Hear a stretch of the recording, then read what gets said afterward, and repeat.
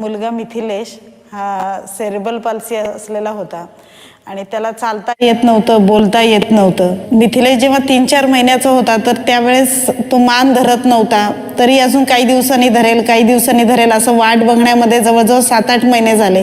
7-8 महिने झाले तरी अजून तो बसू शकत नाही, चालू शकत नाही किंवा कुठल्याच प्रतिसाद देत नाहीये. पहिल्यांदा जेव्हा सांगितलं की हा सीपी बच्चा आहे तर त्याच्यानंतर काही लक्षात येत नव्हतं की नक्की काय सीपी बच्चा म्हणजे काय आहे. त्याच्यासारखा आनंद आपण आता काही लगेच घेऊ शकत नाही. म्हणजे तो चालतोय, बोलायला शिकलाय. म्हणजे आता तो 18 वर्षाचा झाला तरी फक्त आई हा शब्दच उच्चारू शकतो, बाकी दुसरं काही तो उच्चारू शकत नाही.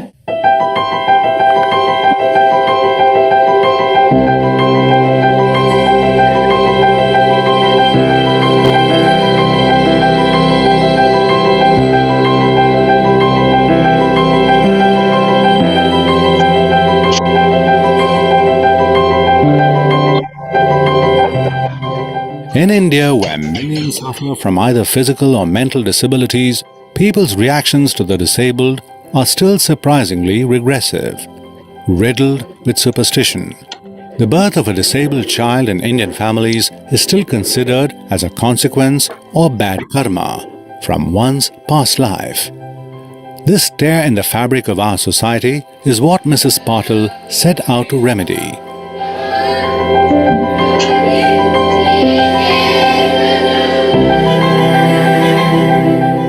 For Deepa Patil and Suresh Patil, the purpose of establishing Samvedana Cerebral Palsy Vikas Kendra was to bridge this gap between a parent's awareness and the child's abilities and create a homely environment where the question of disparities never surfaced again. Every child is special to their parents, and for a parent to accept their child's disability is a tough pill to swallow. They are aware of their child's intelligence and uniqueness and the fact that they comprehend their surroundings. But when pitted against cousins and other kids of their age, that's when the child's glaring disparities come to the fore.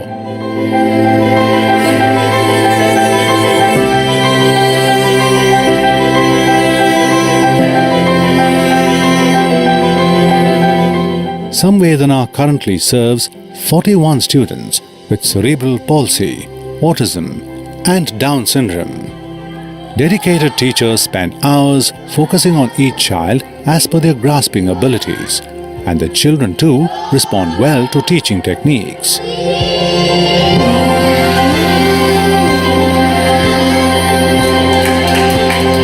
It is the music therapy sessions at Samvedana where the children truly come alive. Music as a means not only helps with their speech, but also makes them express themselves more vividly and heightens their grasping abilities. Through this form of harmonization, music also makes them more creative and sharpens their memory.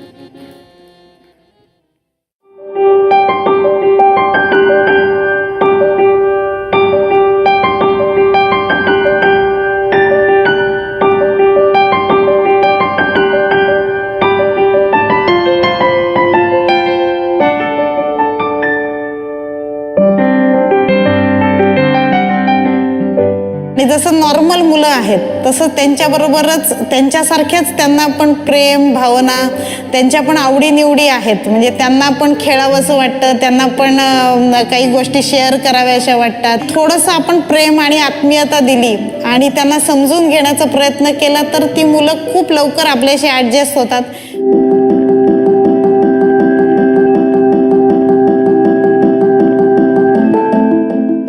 Apart from focusing on the education of these children, Samvedana also makes available facilities such as physiotherapy, speech therapy, IQ assessment, and neurology tests, all under one roof, which in turn is very convenient for the parents.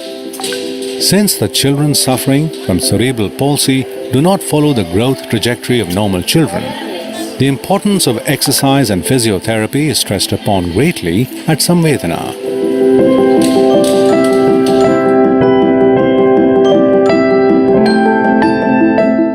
Physiotherapists and caretakers invest a great deal of time in healing and massaging the children's limbs for fluid movement and improved walking abilities.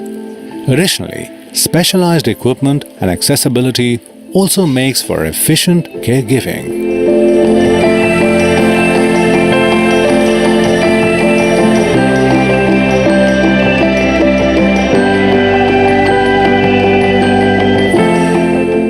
या प्रकल्पाची अत्यंत महत्त्वाची गरज लक्षात घेऊन सेवा UKने आम्हाला जी भरीव मदत केलेली आहे. आमच्याकडे जे इन्फ्रास्ट्रक्चर जे 80 विद्यार्थ्यांसाठी 10 classroom, physiotherapy room, speech therapy, occupational, medical checkup, massage या सगळ्यासाठी इमारत बांधकामासाठी जो फंड्स दिलेला आहे.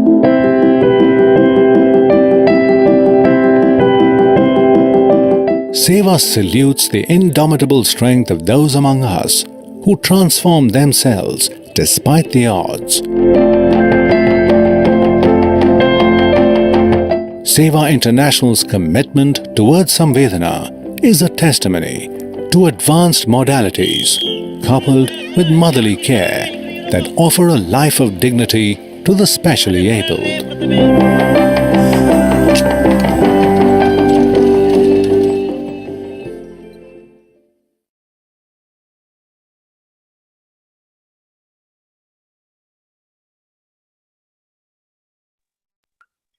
नमस्कार, मैं Ravish Kumar Ukraine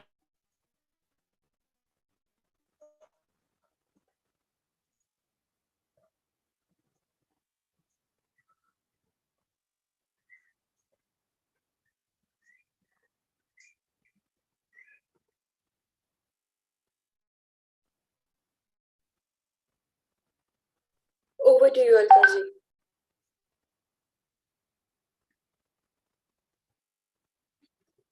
Namaskar, Hardik Swagat from Seva, yet another session of Sewa Samwaad. As we saw in the video, there are so many organizations and innumerable, and especially needed children and even adults who need help, and it has to be combined help.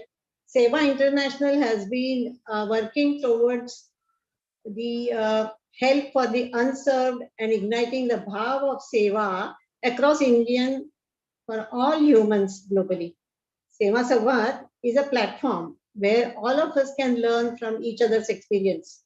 We have had so many, I think about 7-8 Sewa Samwaads from Dr. Bala Subramaniam, Dr. Abhay Bang, Dr. Bindeshwar Pathak, and Dr. Rajendra Singh, well attended, and we have definitely taken good lessons, and we will get some help from their experiences. We at Seva feel privileged to be present in units. Seva International has been working for almost 25 years now in development and upliftment of the community. As rightly said by Nick Vijay, fear is the biggest disability of all. It will paralyze you more than being a wheelchair. So nicely said, so true.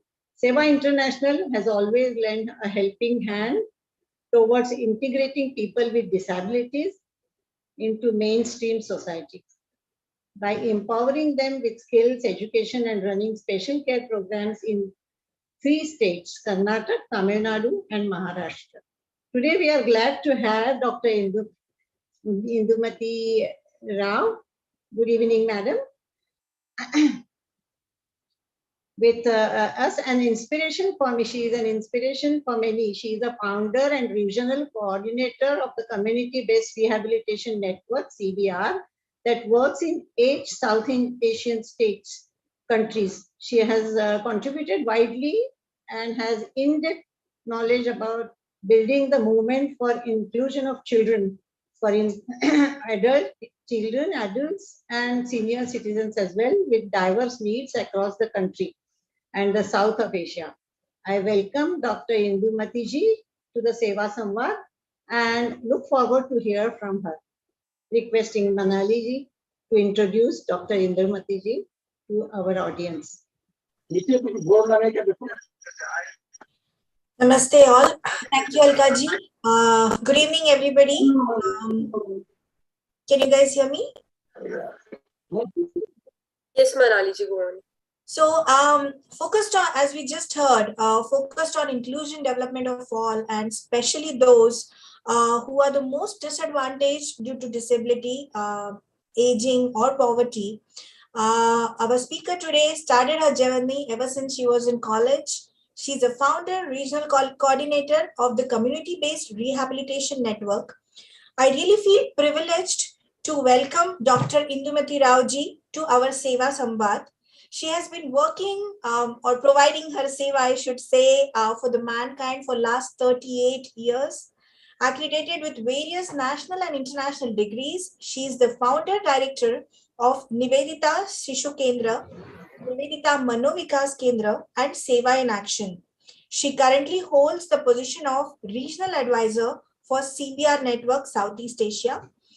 She has also been a member of National Commission for Persons with Disabilities and Standing Committee on Women's Studies UGC. She has also authored several books. I have read one of your books, Indumathi ji. One of my favorite ones is Moving Away from Labels. I'm also a mom of a toddler, so that definitely helped me. Portage to Every Village and Inclusiveness in the Schools. Her major work includes large-scale projects or rehabilitation and sustainable development and extensive research on disability and inclusive development. So welcoming Indumathi ji, and we would like to request you to share your insightful journey and learnings with all of us here. Namaste.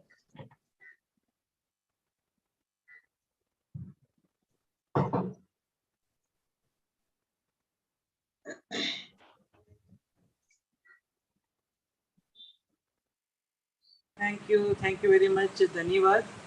It's a great opportunity to be sharing in a forum which is initiated by Sewa International, with whom I have a very close association, which is almost for more than, I would say, it all started in 80s when I was there in University of Manchester, studying for my post graduation in the field of disability. So Sewa International UK was very instrumental in supporting my higher education. So I am very deeply grateful to Seva International, which has been a major partner in our work in India, and also we work in 8 countries of South Asia. Before I start my sharing, I just want to start with a story.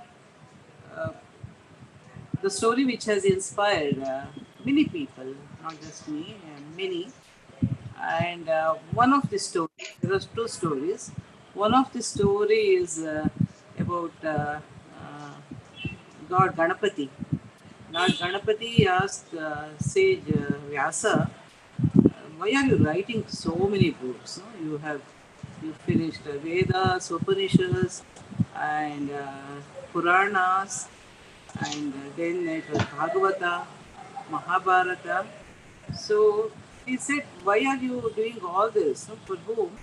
And then he said, if you can sum up everything in one sloka, which is there in all this, how do you really put it? No?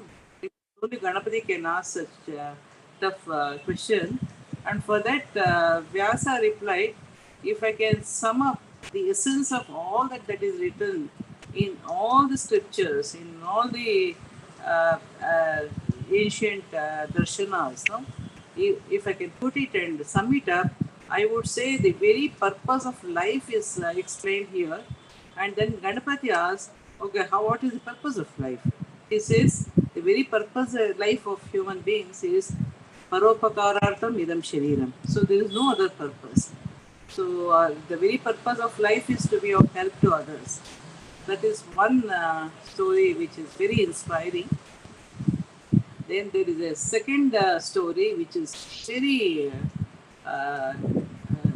it's not just inspiring, but it makes everyone, and it is eternal and perennial, for everyone to think and rethink and revisit the way we understand the world around us. That is the story of sage Ashtavakra.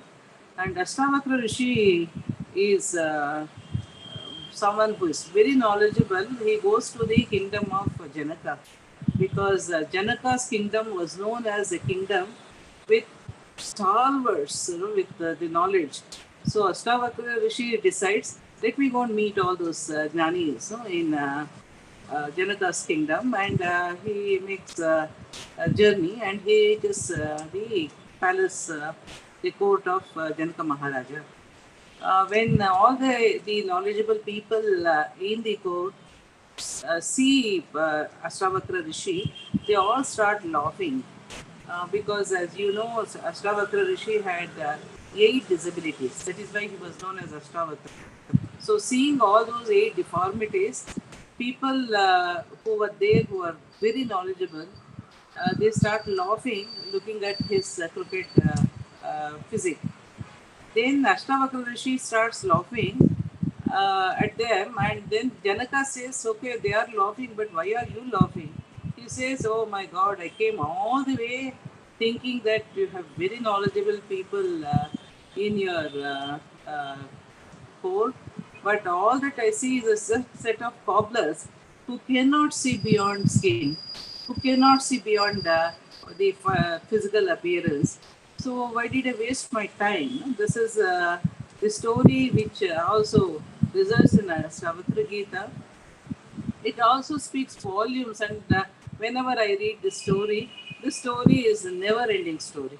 The story is repeated every moment, everywhere, all over the world. This story continues the way we look at people, the way we give importance to the external worth rather than the internal inherent worth of a human being. And for most of us who are in here, and for most of us who are working in various seva activities, Swami Vivekananda's words, he is multi-dimensional, but his one dimension is about seva, where he talks about that only those who live for others, they only live, others are more dead than alive. So this is something for people like me who started very young in a journey in the working in the society. Very inspirational words, which always tells us and shows us the direction. It's really torch bearing. So this with this few inspirational feelings what I have, which I'm speaking from heart, I would like to share some of the slides to share with you about what are the critical challenges Bharat has and how we can really move forward. Just give me a second. I'm sharing my PowerPoint.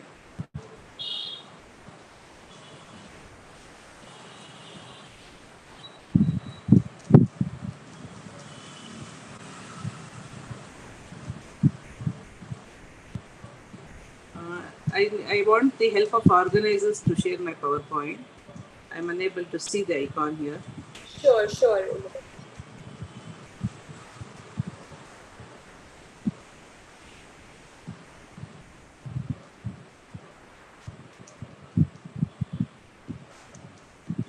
Can the organizers share my PowerPoint? Thank you. Yeah, please go for the presentation.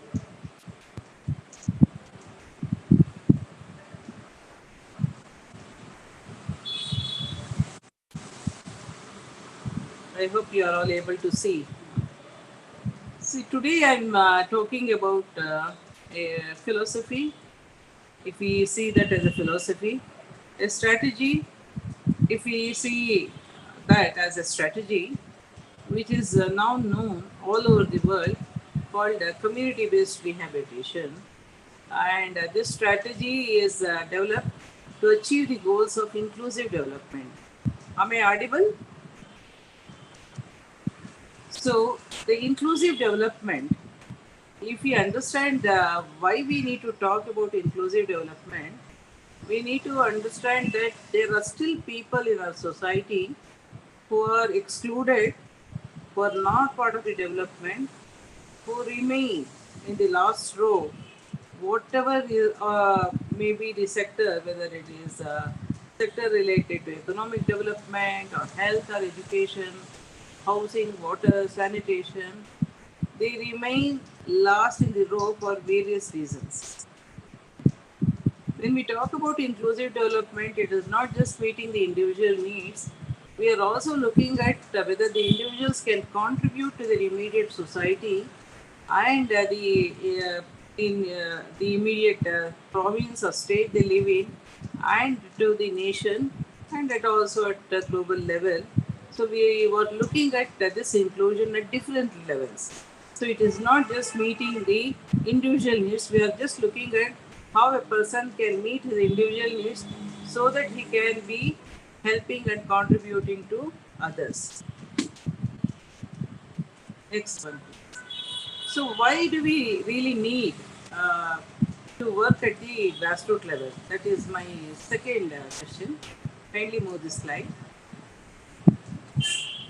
India, when we look at India, we most of the issues, no, we don't have small problems. They are quite large, and disability is also one of the issues where the magnitude is quite vast, and its impact is very severe on the individual, family, community, and the country as a whole. So when we look at disability, rather than looking at the individual who is affected, we have to see the entire ecosystem of the family and the community and society and the nation. Each one gets affected when there are people with disabilities, when they are not supported. Whether disability is a big issue, disability per se, my experience for the last 5 years, I don't think it is very limiting, because there is so much of technology, so much of knowledge, and we can make optimum use of the inherent potential in every child. So that is possible. But what is limiting is the lack of opportunities, lack of access. That is one of the major issues in India. Why it is so? It is because India is still, in spite of a lot of urbanization and the migration of people from the rural to urban, 86% of people with disabilities in India, they live in rural areas. But sadly, more than 80% of services are based in urban areas. This is the paradoxical situation where we are working in India. So if you see the services, by and large, they are all based in, and when we go to the villages, even if it is 40 to 50 kilometers from a urban area from the state capital, we don't see much happening for people who live in that area.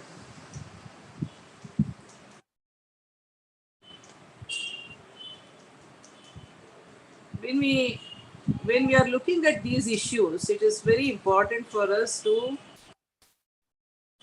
it is not disability, as I said, which is the limiting factor. It is not the disability.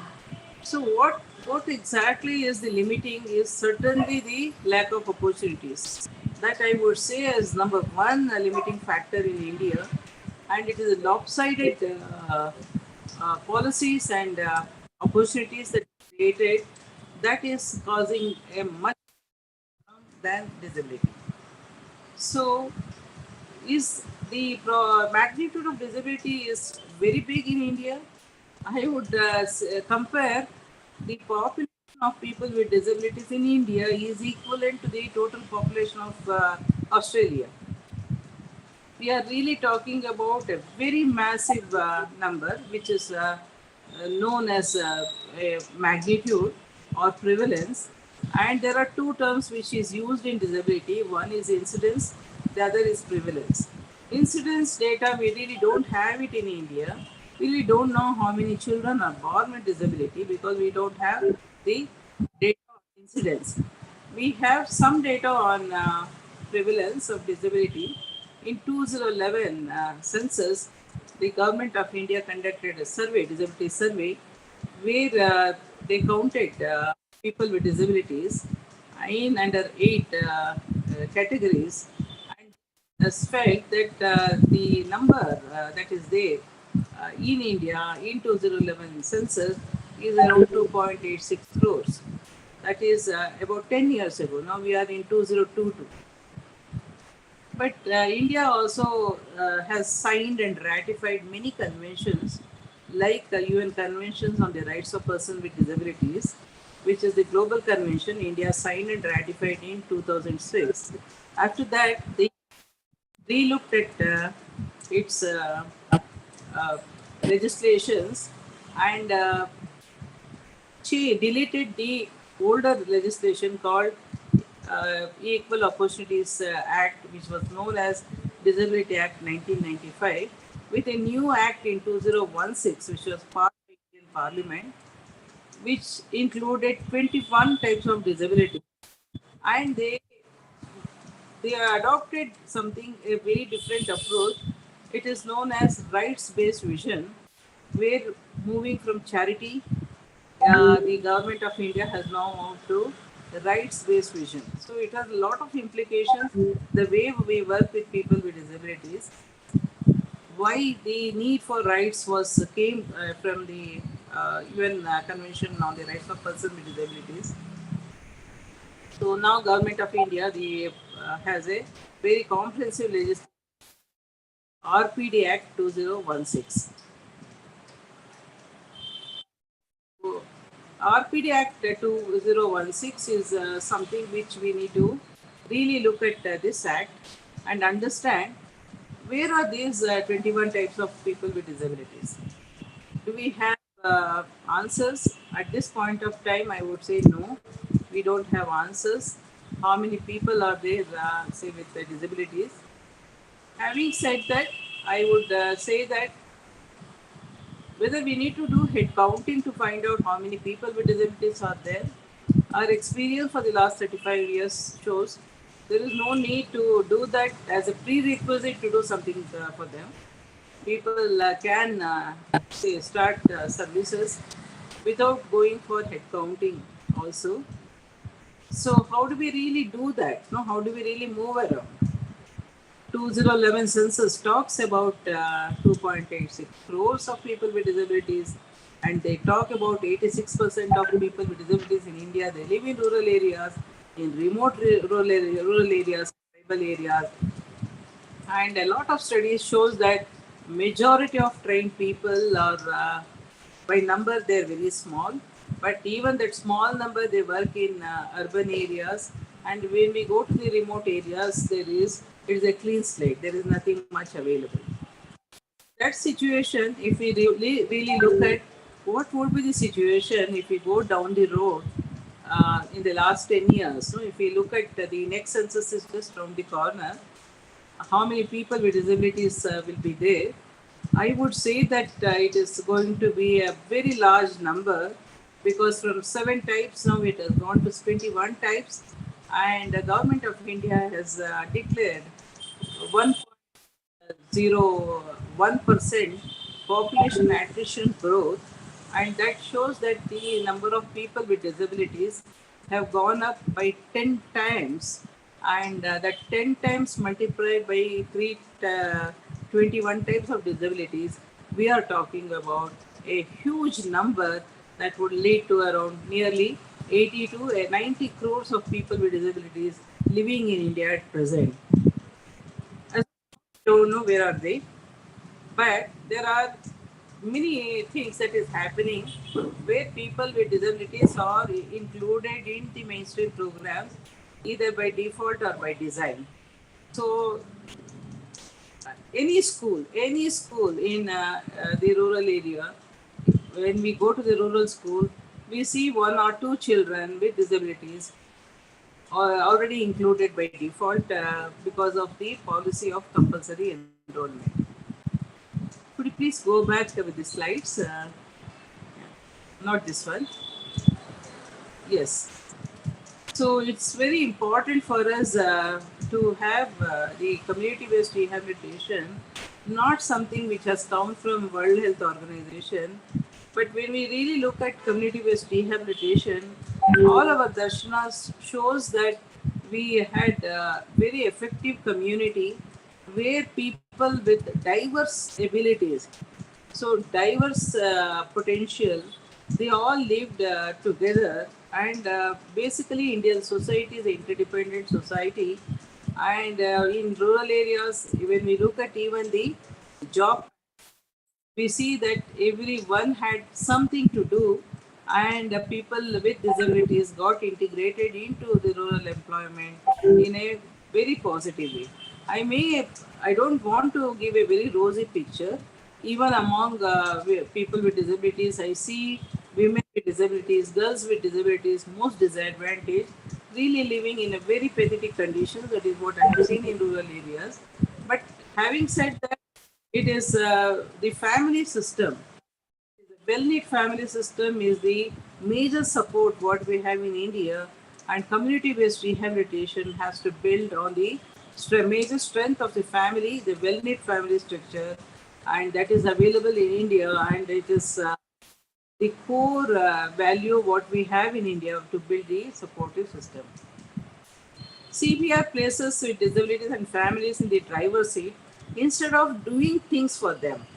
So the rights-based vision says don't talk about doing them, helping them, but it is to keep put people with disabilities in the driver's seat, and the CBR workers should play the role of a facilitator to facilitate the process to make people to independent to lead a life with dignity and respect rather than building a life with the dependency.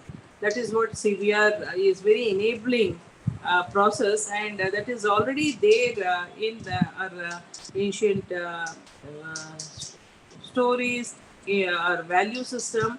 Every person, even I have seen many people without any NGO, without any support, people have leading a very kind of a independent life in the villages.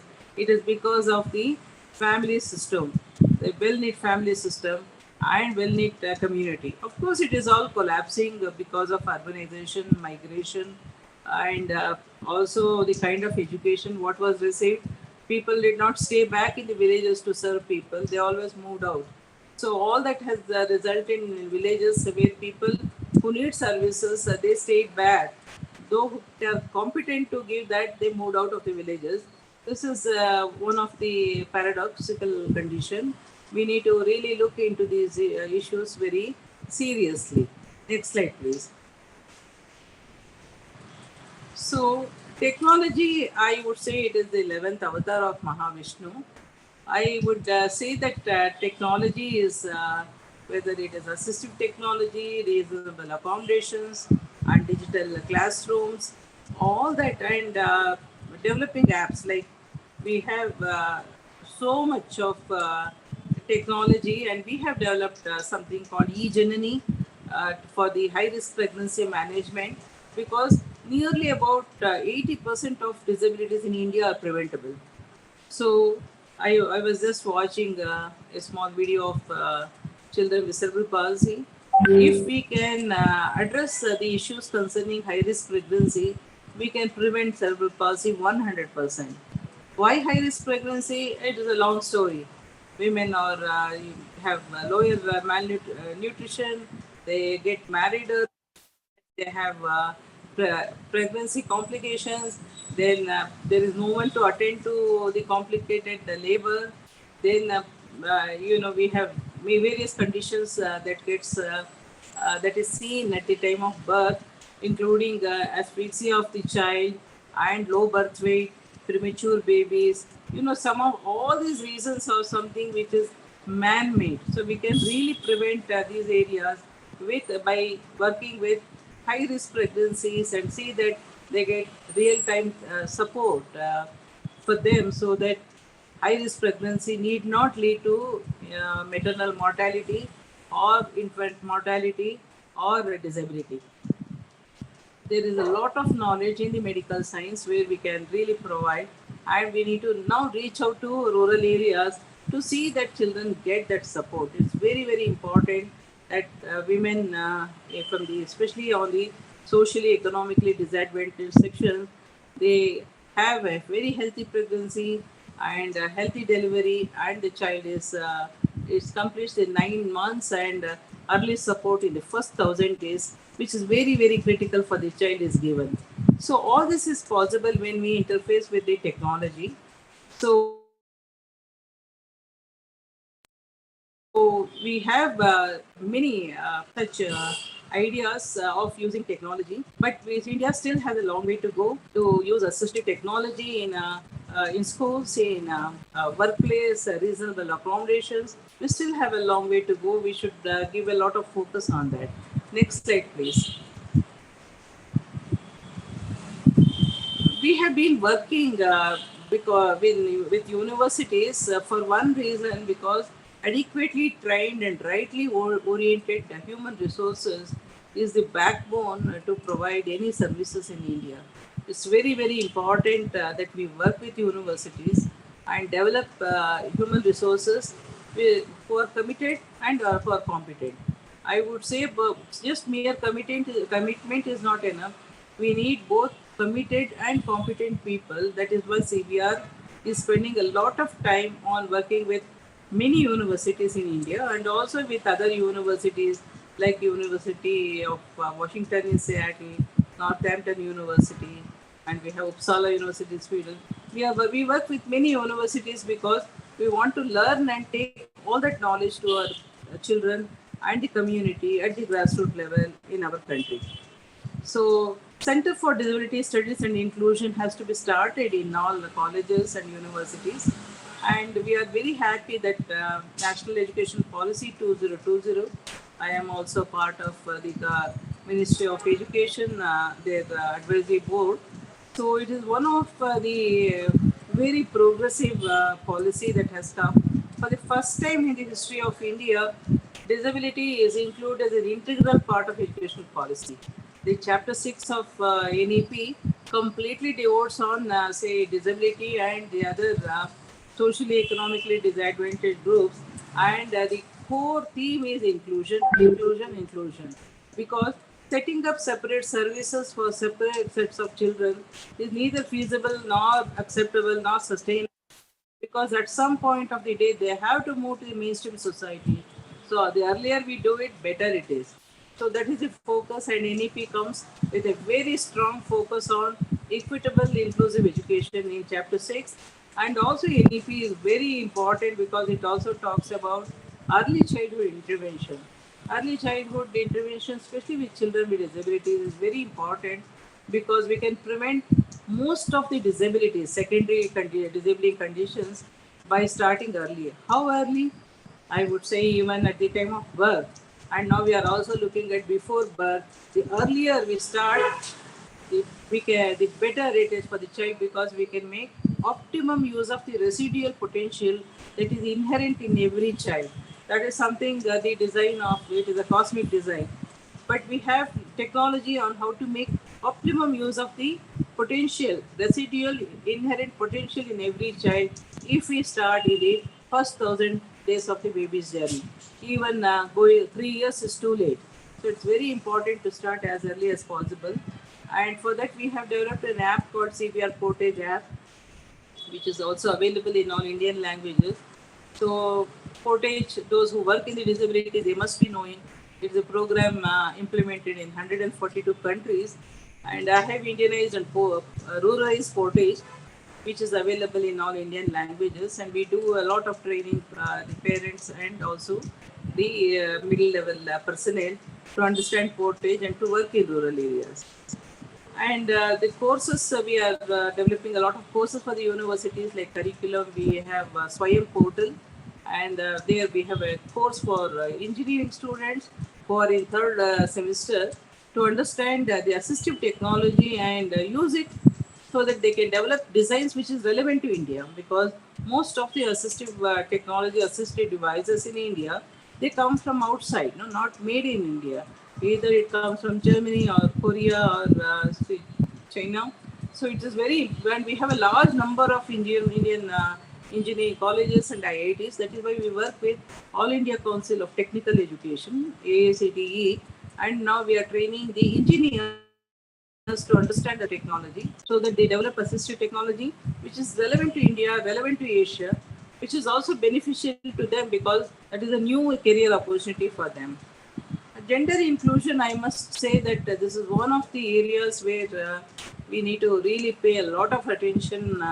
The kind of the situation what the girls and women with disabilities go through, none of the public society is even aware of it.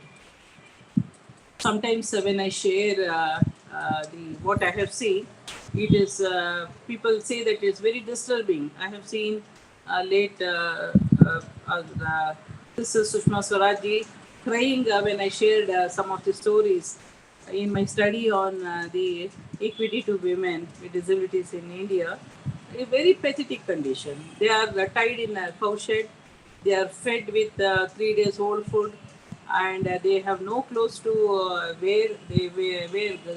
They cover their bodies with gunny bags. That is the kind of situation which still exists, and we need to do a lot about it, including food, because I see a very high level of malnutrition in children with disabilities in rural areas. So all that also needs research, because whatever may be the research that has happened in the Western countries, India need to develop its own research to understand Indian cultural strengths and build the strategies and policies and roadmaps based on the Indian strength. Next slide, please.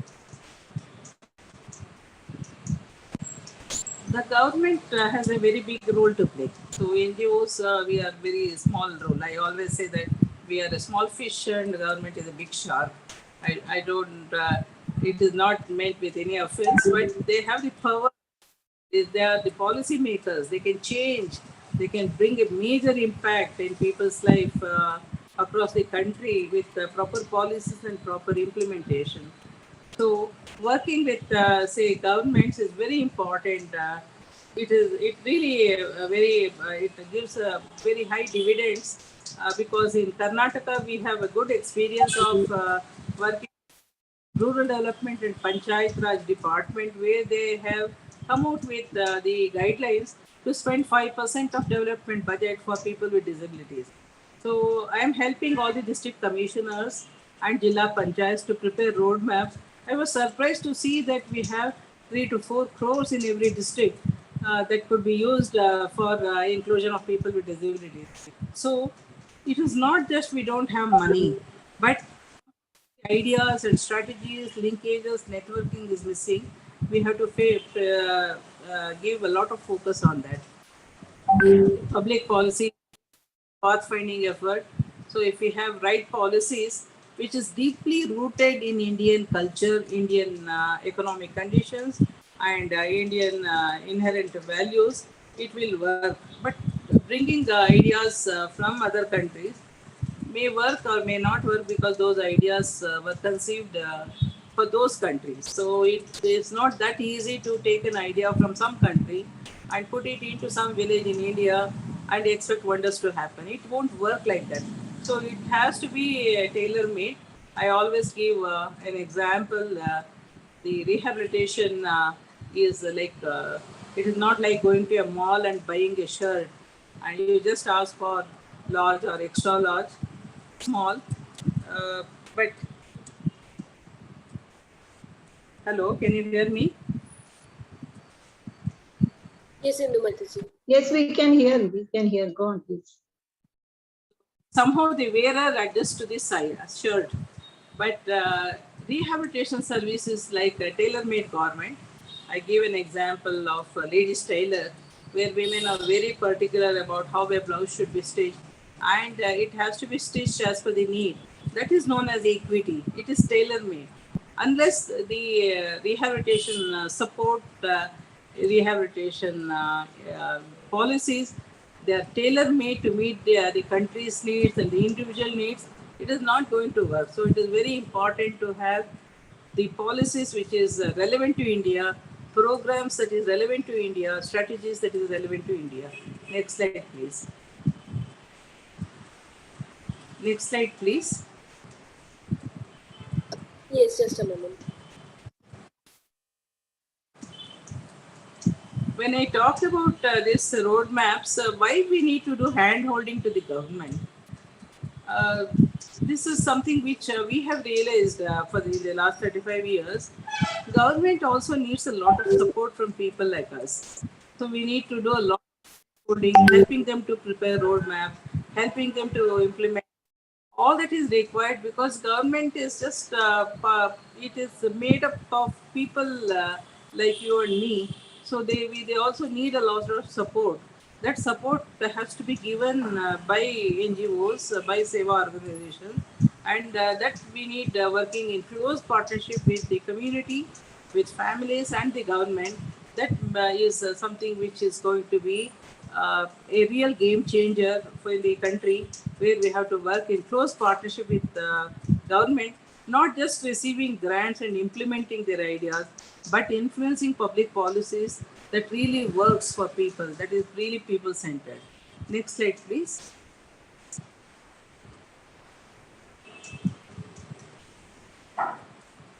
The kind of support that is required, we are looking at what community can do. What community can do, we have a wide variety of issues. The slide is not moving, but let me explain what it is all about. See, it is very important, the community to play a very important role, a critical role in CBR. And what it can do is that it can support CBR, and it can oppose segregation, which is very, very important. It can encourage inclusion of girls and women with disabilities. Like any program, we have to say if it doesn't include girls and women, we will not support, we will not work. And it can stop atrocities when they are seen, including begging on streets. And it can promote self-help mutual support groups, which are very relevant to Indian socio-economic cultural conditions, and they can give, donate time, money, and resources. This is what the community can provide to people. So why do we need to work in partnership with families? Because, as I said, people with disabilities and senior citizens, they are an integral part of the community. And India, we cannot afford to start separate services, segregated services for separate sets of people. It is not going to be sustainable in the long run. And when we already have a very inclusive structure, why break it? No, we are going to pay very heavy price if we are going to break that. We have to go back and keep supporting that and to build on the existing strengths. So, CBR network works from at different levels, from panchayat to parliament level. Next slide, please. This I have explained about the numbers, which is can be very mind blowing, but this is the reality. So we are really talking about a very large number. Of course, UNICEF says 1 in 10, but if it's not 1 in 10, at least there is five out of 100 people have some disability or the other. And also the way we see disability is also fast changing. We say that any person may experience a disability during the course of their life. It could be for short term or it could be long term. And when people reach the aging, old age and disability, they go hand in hand. So we need to have a very broad uh, scope when we plan, when we talk about disability. So it is we have to use a life cycle approach and build programs keeping that in mind, that disability can affect each and every individual at some point of time. Next slide, please.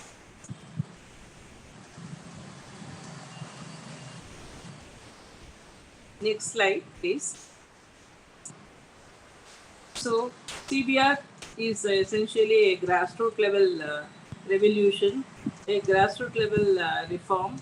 So where we are looking at bringing changes from the bottom and slowly moving towards top. So it is like an inverted pyramid. We work in 8 countries in South Asia, and we have a lot of focus on uh, pregnant women and early childhood and early intervention. And inclusive education is an integral part of CBR, where we have many programs with the universities. And inclusive employment is the way forward for India to find sustainable employment rather than the separate one. But it doesn't mean that we don't want special schools. We need them, but more for it to reach a to prepare and include them. But the focus should be also always to include them into the society at different levels, either at physical inclusion or social inclusion or functional inclusion. And we need to have strong global partnerships with all the countries so that we can learn from each other and move forward. Next slide, please. So, Dhanyavad. So, join hands to build a world we all want. And Sewa International is an excellent forum where we can all work together to make this world a better world. So, thank you very much. If there are any questions, I should be very glad to answer. So thank you, Indumati ji. This is a great insight for all of us. We do have few questions. I will just read it to them. One first basic question is, what was your inspiration to kind of choose this cause to serve, right? I mean, right from the start of your career or your social service when you were in college days? Was there anything that inspired you to choose this cause?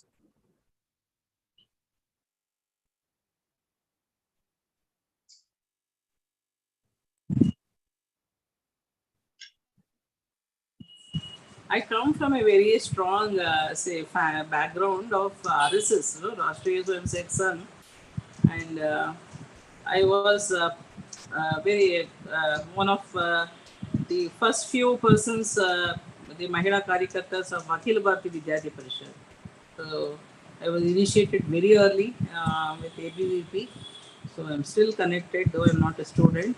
So ABVP is a very strong movement which has really motivated many like me. I'm just one tiny drop in the ocean, but meeting people from Sangha and interaction with ABVP and reading about books which are written by Swami Vivekananda, all that has really motivated. In fact, I used to really, during my uh, college days, this Swami Vivekananda's, sentence which says, only those who live for others, others are more dead than alive.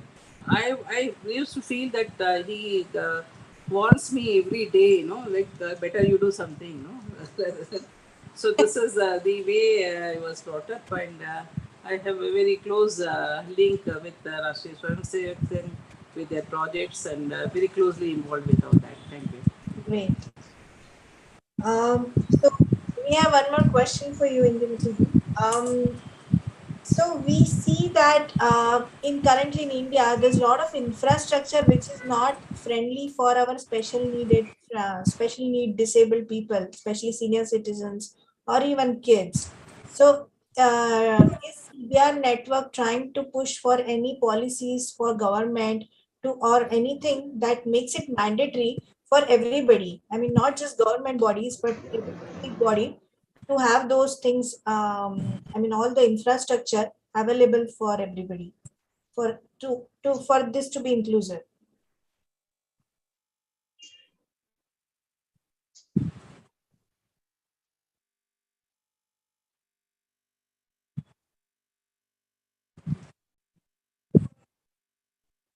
It's a very, very valid one. So we have, as I said, as far as the disability is concerned, it is only in 2006 India signed the UN CRPD, and in 2016 they came with a very comprehensive legislation. And regarding accessibility, there was no accessibility policy in India, but now we have a very big program on a mission mode by which is announced by Prime Minister of India. Is called Sugamya Bharat Abhiyan, which looks at three verticals. One vertical looks at the public buildings to make it accessible. Second vertical looks at making all the transportation accessible. And third vertical looks at making all communication accessible. So as a result of that, there are policies, strategies that is being developed. And I have developed with the All India Council for Technical Education on accessibility standards in school, colleges and universities. So which is there on AICT portal. And very recently, I was also part of CBSE to develop accessible schools, both physical accessibility and transportation and also communication. Because sometimes when we look at accessibility, people mistake it only as physical, but we have to look at accessibility in whole. So there are guidelines that is being that has come, and recently now the transportation ministry, the railways, they have come out with accessibility guidelines, and on 27th of this month, we are going to have the Veda talk. We organize Veda lectures every month. And this month, we are going to talk about the need for accessibility standards in both public and private buildings. We cannot leave it. So I take this opportunity to invite all of you to join Veda Talks. Every month, there are 2 talks. Kindly join. We are going to discuss on all the critical challenges, and people from all over the world, they are addressing issues which we are really looking at the brainstorming and moving forward. Thank you. Thank you. Also, we talked about that CBR network is trying to collaborate with technology, government, educational institutes, maybe social organizations as well. So, is there a plan to build an ecosystem which kind of has a synergy built between them, and maybe CBR network or some authority kind of over architectures, like overlooks the entire process, works in the synergy? Like instead of collaborating with every entity individually, is there a plan for building up a whole ecosystem?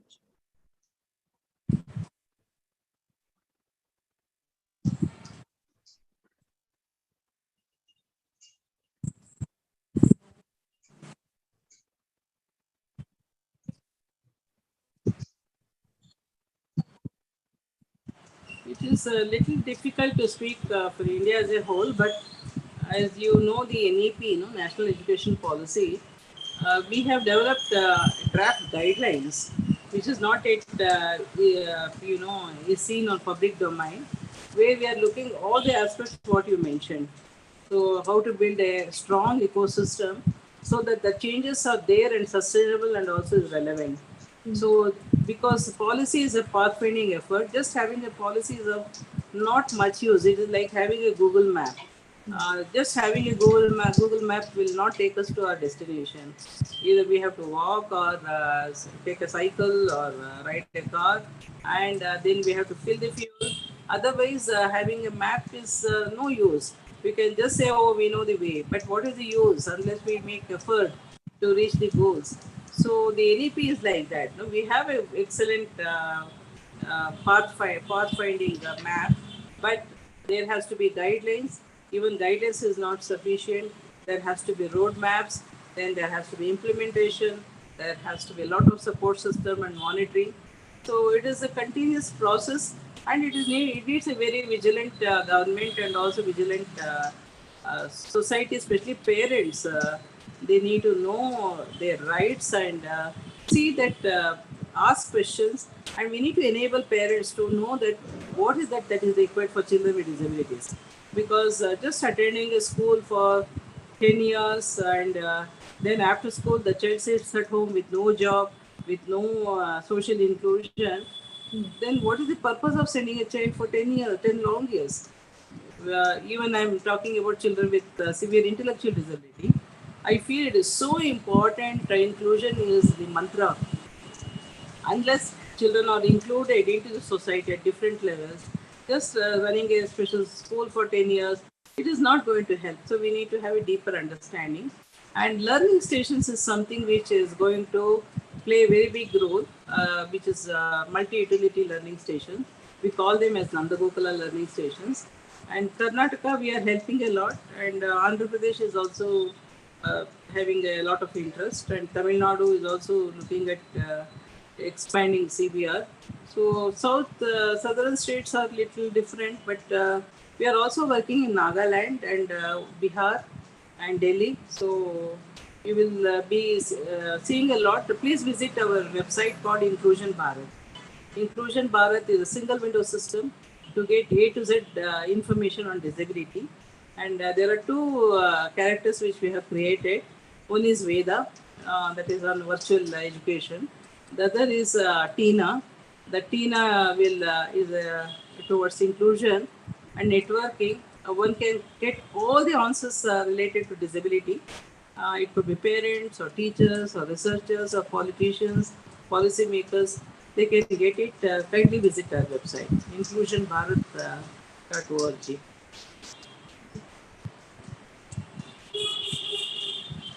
Yeah, also one question I think which probably you just My answered. one of my first initiative called Seva In Action. I just trained 10th pass Sevavratis to work with different disabilities in remotest villages, and they had no knowledge about disability, and that is seen as one of the most. Okay.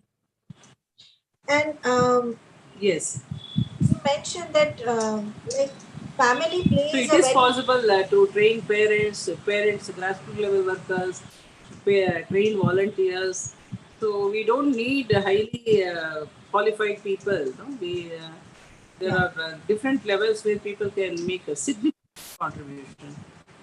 So is that a part of the CBR network activity that providing these trainings or promoting them through our social organizations? Is that a part of Yeah, I can't hear your voice, but I see another question. It says whether we should have exclusive playgrounds to children with special needs. I know I have seen by virtue of.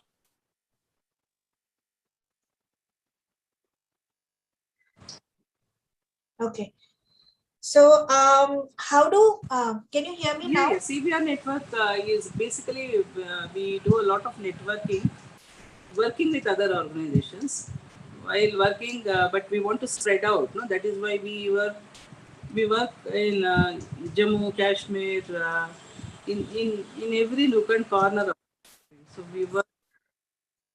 Okay. And how do Yeah, now I can hear you. But I was trying to answer Shiba Khan's question whether we should have exclusive playgrounds on the lines of Singapore. I would say that for a country like ours, I would say we can get inspiration from Singapore, but we should make all our playgrounds inclusive. It is possible. Universal design yeah.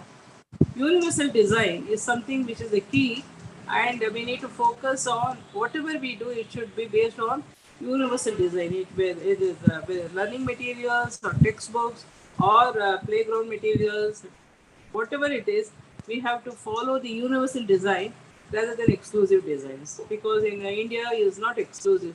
We are inclusive, and seeing our numbers only inclusion works. Other things will not work. It is not sustainable because of the large numbers.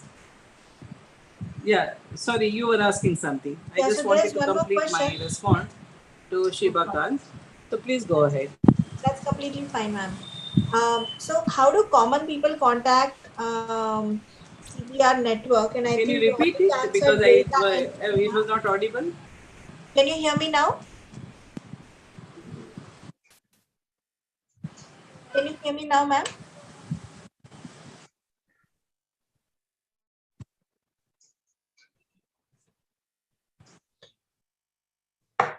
Am I audible? Alka ji? Yeah. Manali, you're audible. I Yes, yes, I can can hear hear you. you. See, I have shared my first slide.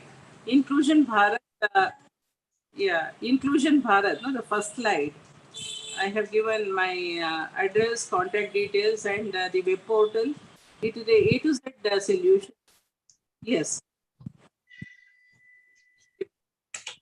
we can hear you. I am responding to that.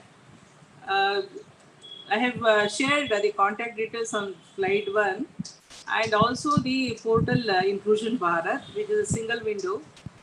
to find answers for everything. I am also happy here to share the American government, which is for disability affairs.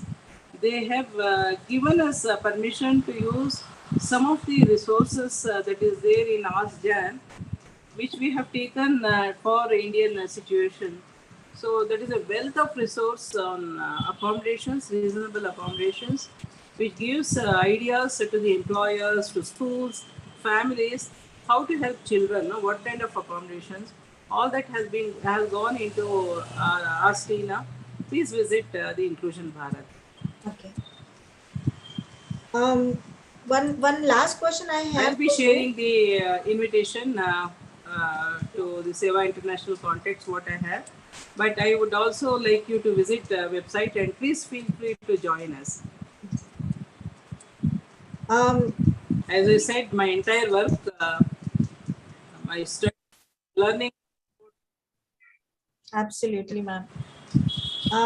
Also, we see that Yeah, there is please a go lot ahead. of challenge with the abandonment of people with disabilities, especially when they are You're not children. audible. Maybe you can type.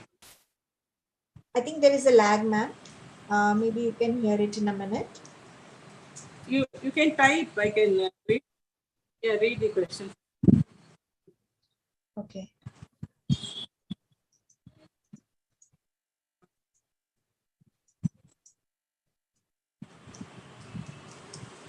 Abandonment. Yeah. I didn't get that question. In colleges, whether they abandon students with disability, is that the question? I didn't get that question right to answer. Okay.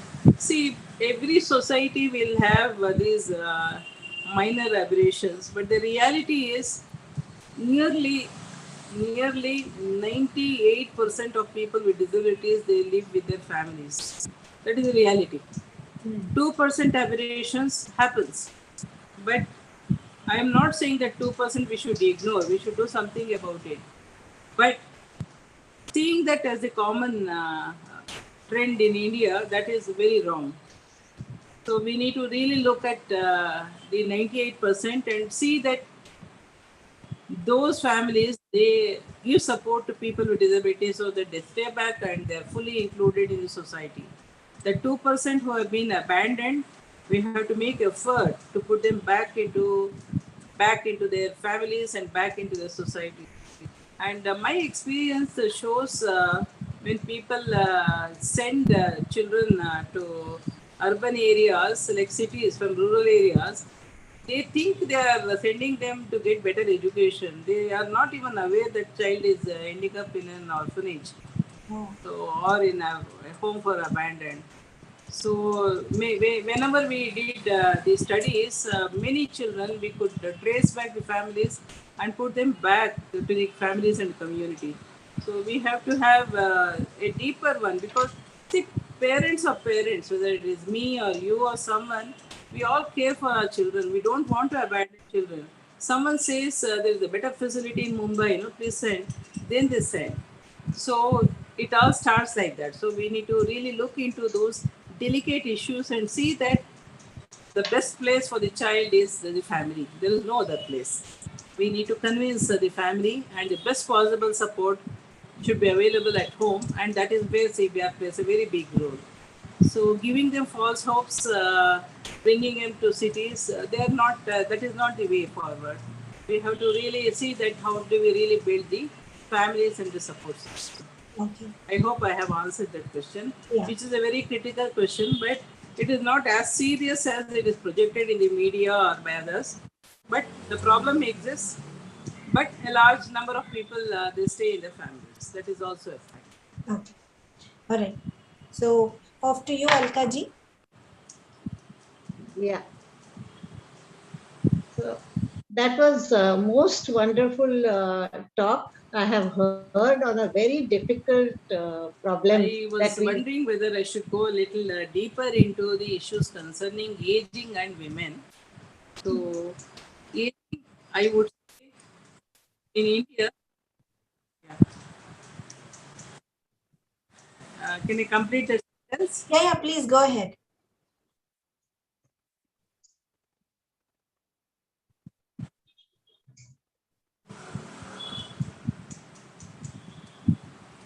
Dr. Indumati ji, please go ahead.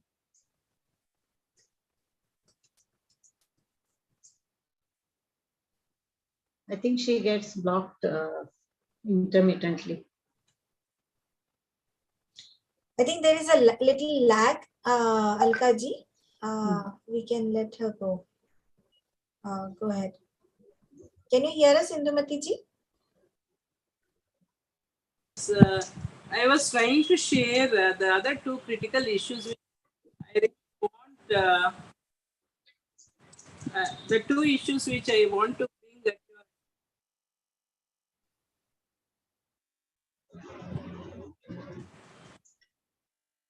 Tell her please to go ahead.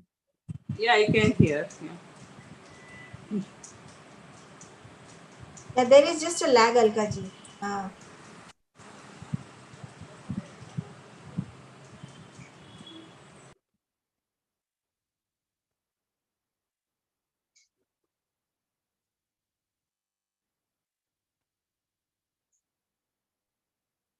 Can I go ahead with my Yeah, concluding? I got it. Yeah, I can hear you. Okay. Yeah, I wanted to share two critical issues in India. One is related to aging and disability, because India is the fastest aging country, and disability and aging goes hand in hand. So unless we promote community-based rehabilitation, community-based, it is not possible for us to build up old age homes and other segregated services. We need to develop more community-based initiatives for elderly persons in India, and most of the elderly persons, when they cross the age of 70, there will be one or two disabling conditions. As they get older, there will be more and more disabling conditions. The other issue which I want to bring to your attention is women with disabilities, girls and with disabilities are living in appallingly lower level conditions. We need to have a lot of effort to see that, because quite it is it for a culture, no? Like we have one writer who has won the Nobel Prize. She has written a book called Good Earth. So she talks about her daughter in her book. She says, if any country boasts of its culture, please go and see the plight of the girls and women with disabilities, no? The quality of life they live. That speaks volumes about the culture of the society.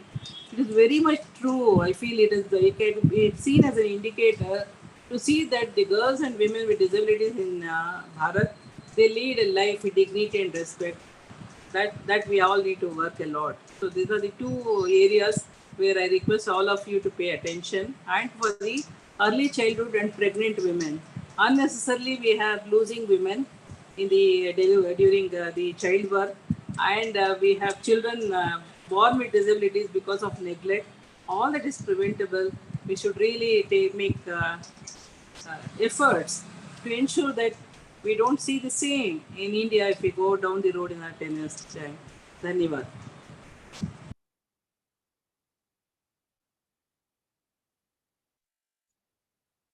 Can't hear you. You are muted.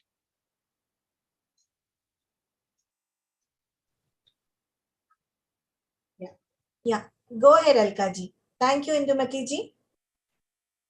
Yeah.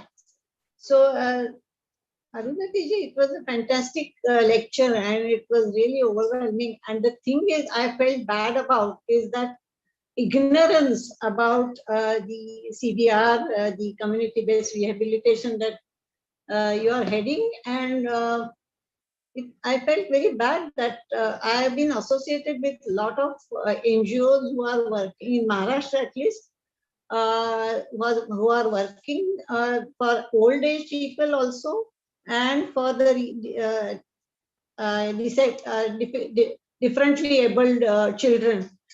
But I don't think they are aware of this. So that this has to be, I think there has to be a seminar or some talk or something like exchange of thought with these NGOs together, which are working for this particular topic, and the knowledge of what CBR is doing. And there is a prevention, and like you said about pregnancy and after immediate after birth and whatever, and all other things that you discussed should be known to these NGOs. So I wanted to ask about the contact, and you just thankfully said that you have shared. So I will share those contacts to those NGOs. But I think there is a lot we have learned on behalf of Seva. I thank you profoundly for accepting our invitation and giving our all of us a different insight into the subject. And we feel that now there is lots to do and to reach out and make a difference with your guidance. Thank you, madam. Over to Manal. Thank you, Indumati ji, for joining us today at this session of Sewa Samwaad and gracing us with your presence. There are lots and lots of learnings that we are going to go and make sure that some of our projects will implement or try to contribute to those causes. And with that seriousness, thanks once again. The next Sewa Samwaad will be happening on 14th of May 2022. So please keep an eye on our website for more updates. Thank you. Namaste all. Together we serve better.